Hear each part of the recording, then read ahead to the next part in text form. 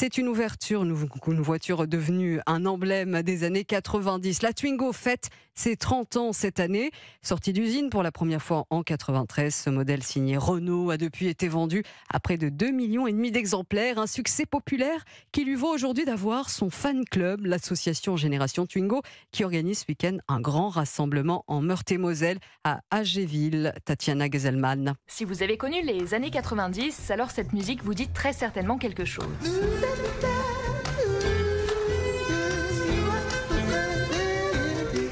C'est celle de la publicité Twingo, lors de sa première sortie en 1993. Un air que Donovan siffle à tue-tête. Il est membre de l'association Génération Twingo. C'est une petite voiture mignonne, on l'utilise tous les jours, elle a aucun punch mais on l'adore. On peut faire tout avec, on peut dormir dedans. Il y a un mode couchette spécial qui a été réfléchi à la base.